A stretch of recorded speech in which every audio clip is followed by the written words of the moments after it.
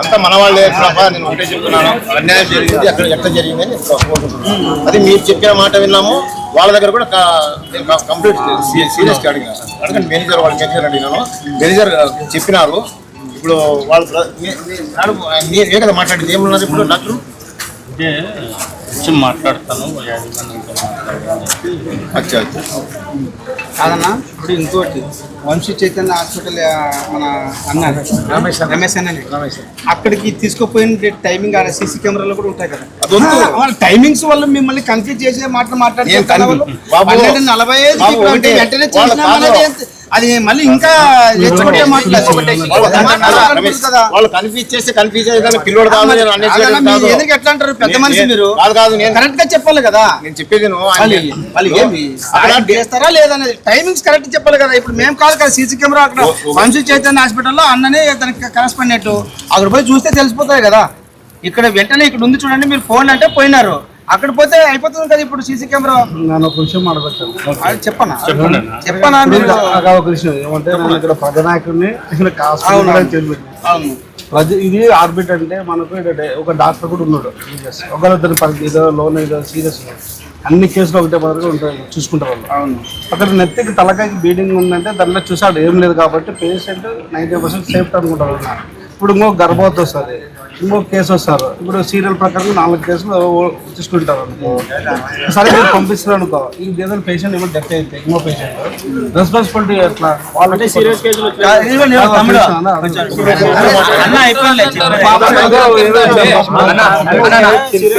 కూర్చోండి అన్న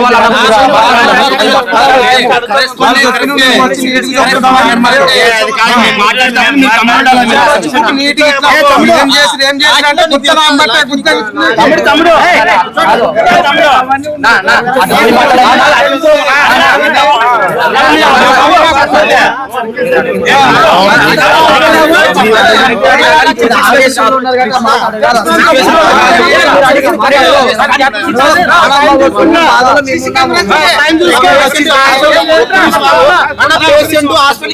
ఎన్ని గంటలకు వస్తారు?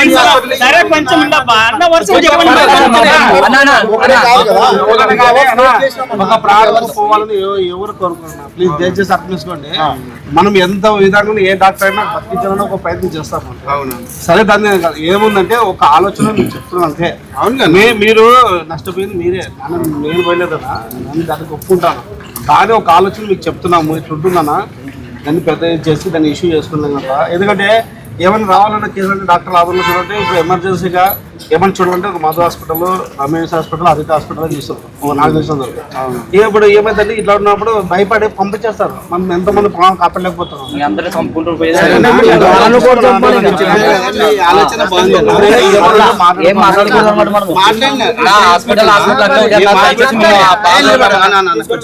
మాది కూడా ఇది ఆదోనే టౌనే కొంచెం మాకు జరిగిందంటే చనిపోయిన తర్వాత మాకు కూడా ఇన్ఫర్మేషన్ ఇచ్చినారు. మేము కూడా వచ్చే లోపలనే అప్పుడే డాక్టర్లు మన ఎవరు మన sir Aditya sir, Gopinath sir అందరూ కూడా వచ్చినారు. అంటే మా వాళ్ళని కూడా విచారణ చేసినాం మేము కూడా.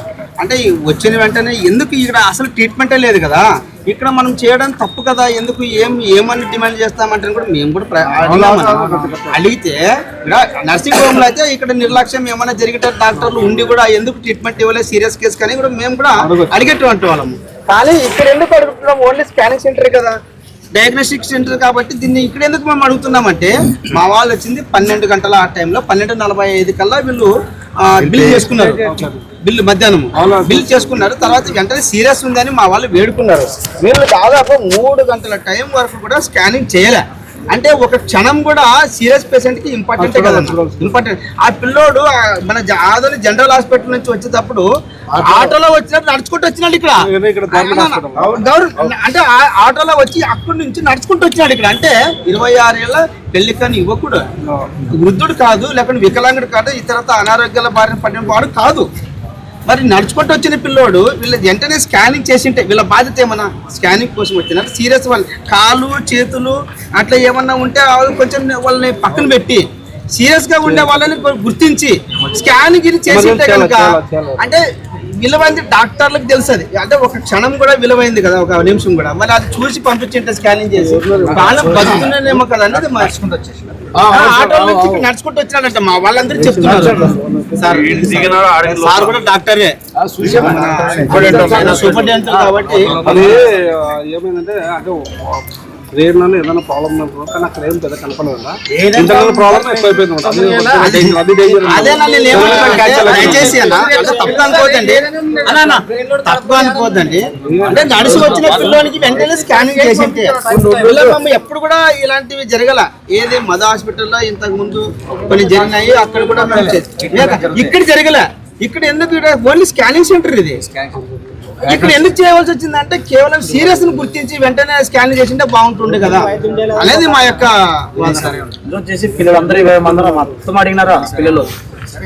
మా యొక్క వాదన సార్, కేవలం సీరియస్ గా ఉన్న వాళ్ళని గుర్తించింటే అవును సార్.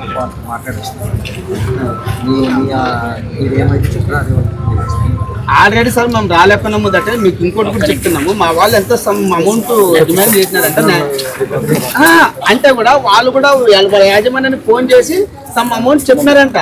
దాన్ని కూడా వాళ్ళు ఎంత చెప్పినారో అదే ఇవ్వాలని డాక్టర్లు వచ్చే లోపల మళ్ళీ ₹1 కూడా ఇచ్చేలేమని అంట. అంటే ఎంత మానవత్వం మంట కలిసిపోతుందో. ఏం లేదా అర్థం చేసుకోండి. మేము ఇంత టైం అయినా కూర్చున్నామంటే వాళ్ళ నిర్లక్ష్యం మీకు అర్థమవుతుంది. ఇంకా డాక్టర్ నిర్లక్ష్యమో ఇంతవరకు నిర్లక్ష్యమో ఎవరిది హాస్పిటల్ నిర్లక్ష్యం వద్దు. నేను ఇప్పుడు చెప్తా. ఇప్పుడు మాట్లాడినారు కదా, మీ పెద్దోళ్ళు మాట్లాడినారు. మీరు వాళ్ళ పెద్దోళ్ళు ఏం మాట్లాడి వాళ్ళు తీసుకుపోయి అక్కడ డాక్టర్స్ ఉన్నారంట, వాళ్ళ అసోసియేషన్ ఉంది. దీన్ని ఫైనల్ గా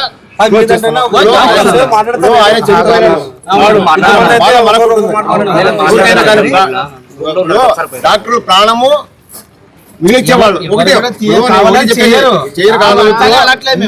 మన ఫ్యామిలీ మెంబర్స్ కు మా పిల్లోడు చనిపోయినాడు, మాకు బాధ ఉంటుంది. అది అంతే కదా. రిక్వెస్ట్ వద్దు బాబు, దీంట్లో రిక్వెస్ట్ ఉండదు ఎప్పటికీ. చెప్పు. ఆల్రెడీ ఫస్ట్ లానే మేము వచ్చి అలౌ చేస్తుంటే మాట్లాడదామని పిలిచిన వాళ్ళు వాళ్ళే ఆ రూమ్ లో మాట్లాడి ఆగనా ఒక నిమిషం.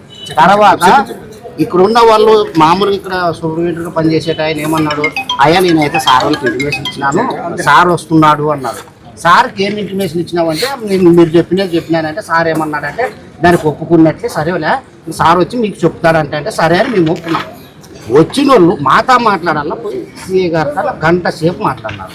అంటే మేము కూర్చుంటే మేము కూర్చున్న వాళ్ళకి కనీసం మమ్మల్ని వచ్చి ఒక మాట మాట్లాడుకోకుండా పోయి పోలీసు వాళ్ళతో మాట్లాడుకుంటూ నిలబడినారు 1.5 గంట సేపు.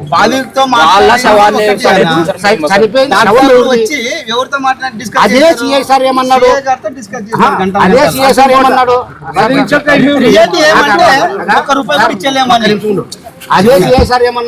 ఆల్రెడీ చనిపోయింది, మీరు ఇక్కడ పెట్టేయలేదు, ఏదన్నా ఉంటే కంప్లైంట్ చేయండి, మేము ఎంక్వైరీ చేస్తాము, మేము ఎంక్వైరీ చేయకపోతే మీరు మమ్మల్ని అడగల, చనిపోయిన తర్వాత తీసుకొని పోంటే లేదు సార్ ఇట్లా మాట్లాడతాం కొంచెం ఒక 1/2 గంట సేపు టైం అంటే లేదు 10 నిమిషాలు కానీ నేను అన్నాడు. అట్లా తోడు 1 గంట సేపు నిలబెట్టుకొని మాట్లాడినాడు. మరి అది ఎట్లా సార్? ఒకటి మాకు పోలీసుల గురించి కానీ మనకు వద్దు, మాకు అన్యాయం జరిగింది, చనిపోయినాడు. ఒకటి ఇది ఆందోళన, ఇది ఒకటే కాదు, విజయలక్ష్మి నర్సింగ్ హోమ్లు కూడా దాదాపు ఒక 5-6 ఇయర్స్ ఇట్లే రాజీవ్ గాంధీ నగర్ ఒక లేడీ చనిపోయింది. ఇట్లే కంప్లీట్ ఎట్లా చేశారు, అట్లే పీనింగ్ అట్లా పెట్టి గలాట్ చేశారు. 2 సిఐ అని ఉన్నాడు, ఆయన పిలిచి లోపల వాళ్ళ అసోసియేషన్ మాట్లాడి వాళ్ళకి ఒక్కటి అన్యాయం జరుగుతుంది, అన్యాయం జరగకూడదు. వాళ్ళకి చెప్పినారు వీళ్ళకి చెప్పినారు సంబంధం లేదు, మనకు మా పిల్లోడు చనిపోయినాడు, వాడు రాడు. మరి ఒకటి దీనికి ఫైనల్ మీరు ఇప్పుడు ధర్నా చేస్తున్నారు మంచిదే. రేపు పొద్దున ఇక్కడ ఆధునిక ఉన్నటువంటి క్లినిక్ ఎన్ని ఉన్నాయో అందరికీ కొద్దిగా భయం వేస్తుంది. వాళ్ళకు కూడా భయం ఉండాలి. ఎందుకంటే ఏదో పేషెంట్ వస్తారు బిల్లులు వేస్తాము తీసుకుంటామనే క్వశ్చన్ కాదు. నేను ఒకటే చెప్తున్నా, అందరికి న్యాయం జరగాలి. డాక్టర్లు వాళ్ళు కావాలనే సంపాదన ఉండదు, వాళ్ళు సీరియస్ ఉంటే పంపిస్తారు. ఈడు కూడా తప్పు చేసిన ఫస్ట్ టైం ఇది ఆర్బిట్లో జరిగింది, ఫస్ట్ టైం ఇది కాదు. ఫస్ట్ మా దృష్టికి వచ్చింది ఆర్బిట్ ఓపెన్ చేసి చాలా రోజులు. నాకు వాళ్ళేం రిలేషన్స్ కాదు, సొంతం నా ఇంట్లో ఉన్నటువంటి ఎవరైనా అన్యాయం జరిగితే కూడా నేను ఊరుకుండేవాని కాదు. ఒకటే చెప్తున్నా, ఈ సభముఖంగా చెప్తున్నా, మీరు ఆలోచించేయండి. 15 నిమిషాలు అక్కడ ఉండాలంటే నేను మాట్లాడి వచ్చి ఏం జరిగిందో మీకు చెప్తా. మీ వాళ్ళు ఏం చెప్పినారో మీ జిల్లా అధ్యక్షుడు ఆయన తెలుసుకుని ఆయన ఏం చెప్పినాడు విని అక్కడ వాళ్ళు ఏం చెప్తారు వినుకుని ఫైనల్ చేస్తాం. అదే